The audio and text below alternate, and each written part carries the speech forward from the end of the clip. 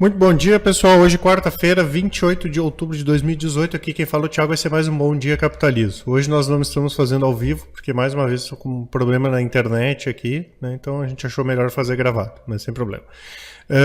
Primeiro aviso, tá, pessoal, para quem opera aí no mercado futuro, hoje nós temos o vencimento do boi gordo, né? O contrato BGI G18. O próximo contato com vencimento no final do mês de março é o BGI H18. Ontem nós tivemos a Ibovespa caindo 0,82, depois foram 9 dias de alta, é isso, né?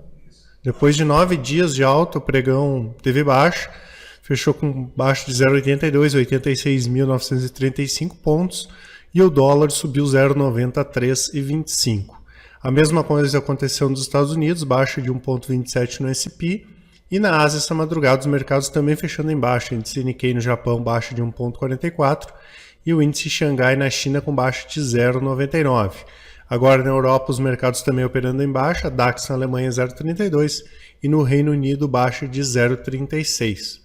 O petróleo também operando aí perto da estabilidade, agora caindo 0,03%.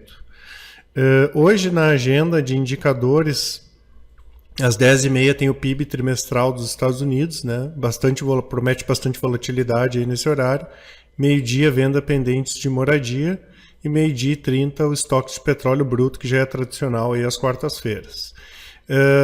Falando de economia aqui no Brasil, saiu a pesquisa da Ciesp em relação à indústria de São Paulo, que deve contratar mais, né? Para esse ano, pelo menos 24% dos entrevistados confirmaram que pretende aumentar o número de vagas em 2018.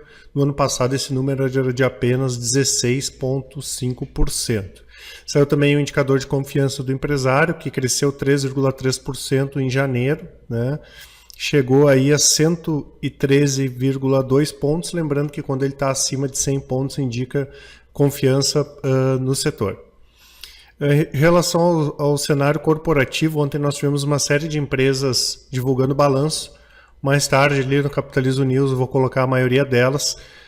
Dentre as três principais, aí, Vale, né, anunciou que o lucro aumentou a 33% no ano passado, chegando a 17,7 bilhões. Né?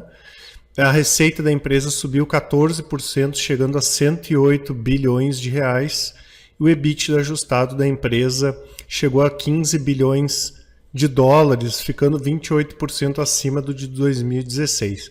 O resultado, aí, segundo o nosso setor de análise, veio em linha com o que era esperado. Né? A empresa, como a gente já vinha anunciando, ela fez alguns desinvestimentos, algumas vendas estratégicas, como no setor de fertilizantes. Né? A empresa tem também uma meta para baixar o endividamento dela até 10 bilhões de dólares, e ela tem conseguido fazer isso de forma consistente. Né? Então, ela, assim como outras empresas, como a gente vem acompanhando no caso da Petrobras, é uma empresa que ela quer focar na atividade principal dela, que é o minério de ferro. Isso, com certeza, é importante para a Vale, é interessante no longo prazo. Não é uma recomendação nossa para carteira de longo prazo, né?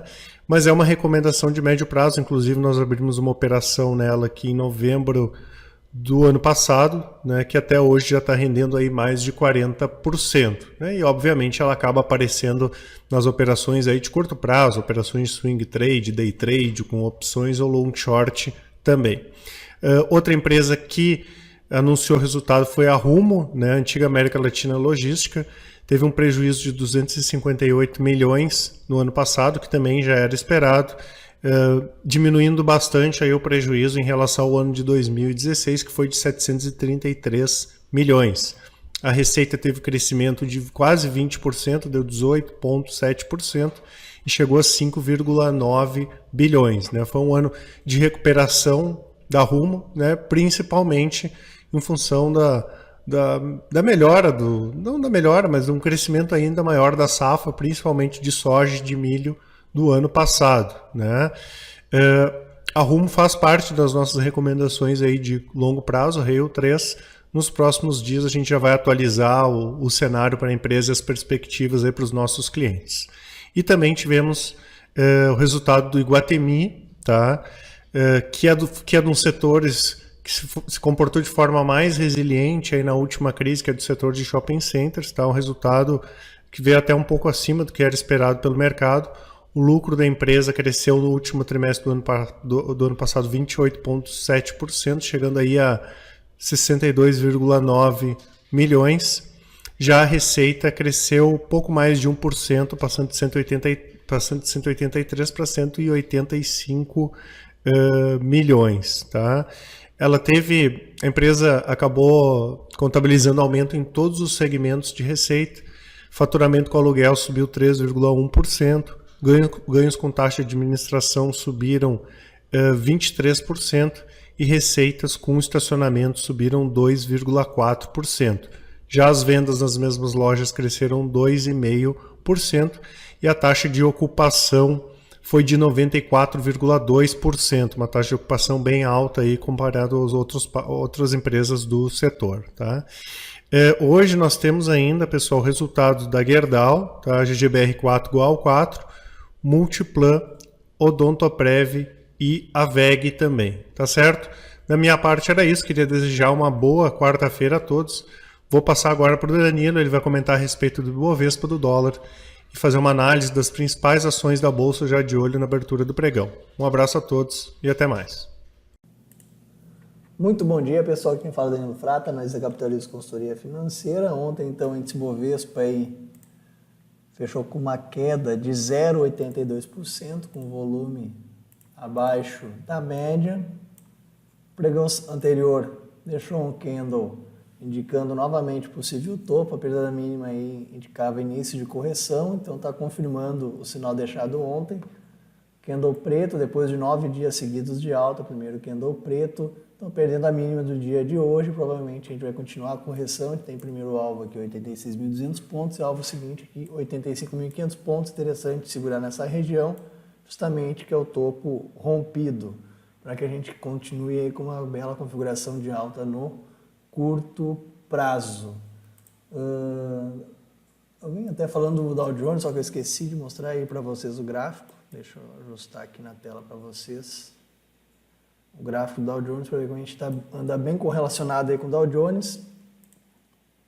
No dia que a gente rompeu o topo e deixou aquele candle possível de topo, o Dow Jones tentou aqui um pivô de alta, fazendo aqui na verdade um pivô de alta, para a gente confirmar a reversão de baixa para alta no curto prazo.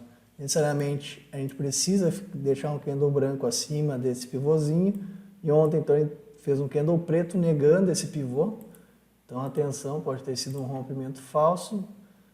Se fechar o gap e voltar aqui para dentro dessa congestão, aqui vai indicar um rompimento falso e continuar em tendência de baixa.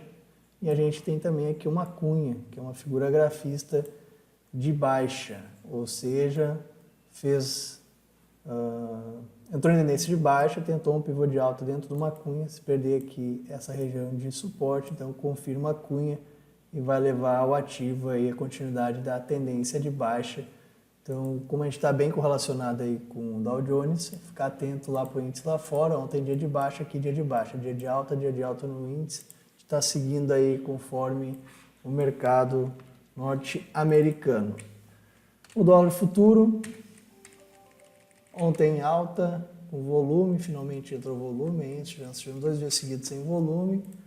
Ontem, então, uma alta de 0,90%.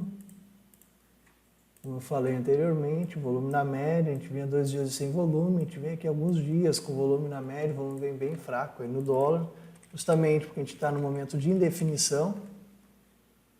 Deixa eu aproximar aqui um pouquinho mais o gráfico.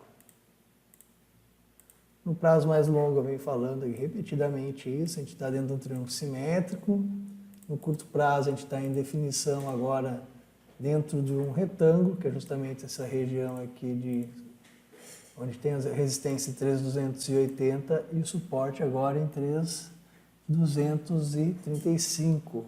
Lembrando aí que esse é o gráfico ajustado, a gente vai ter o vencimento do contrato do dólar. Então já mudaram os pontos aí, eu vinha falando em 3.280, 3.225, agora nós temos o gráfico perpétuo ajustado, então suporte é 3.235 e resistência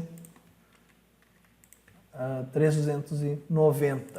Então o dólar ele precisa romper uma dessas duas extremidades para tentar aqui algum movimento um pouquinho mais forte para confirmar alguma tendência no curto prazo. Principais ativos, Itaú, ontem com volume bem abaixo da média, a gente vem aqui com volume fraco nos últimos pregões. Nos últimos 4 pregões o volume não chegou na média, os últimos 2 pregões bem abaixo da média. Fez esse dia enforcado, deixa eu botar minhas médias aqui, se aproximando da média móvel de 9. Se o ativo aqui deixar um candle comprador nessa região, eu penso em compra para tentar aqui buscar uma continuidade da tendência de alta para o ativo. Importante para o ativo, então, manter aqui essa região de suporte, que é resistência rompida, para não perder a configuração de alta no curtíssimo prazo. Vale 3, deixou também enforcado aí, ativo segue em tendência de alta, a expectativa ainda é de alta, pelo menos para isso precisa romper a máxima do dia de ontem, para dar continuidade aqui e buscar o topo histórico. E Petro 4, deixa aí uma sinalização de possível topo. Petro 3 está mais claro, isso é um candle mais claro de topo. Então Petro 4, ele perdendo a mínima no dia de hoje, primeiramente deve vir fechar o gap. Também, mesma situação de Itaú. Interessante não perder a média móvel de 9, também o topo anterior rompido, para continuar aí na sua tendência forte de alta no curto prazo. O que eu tinha aqui esquecido de falar para vocês?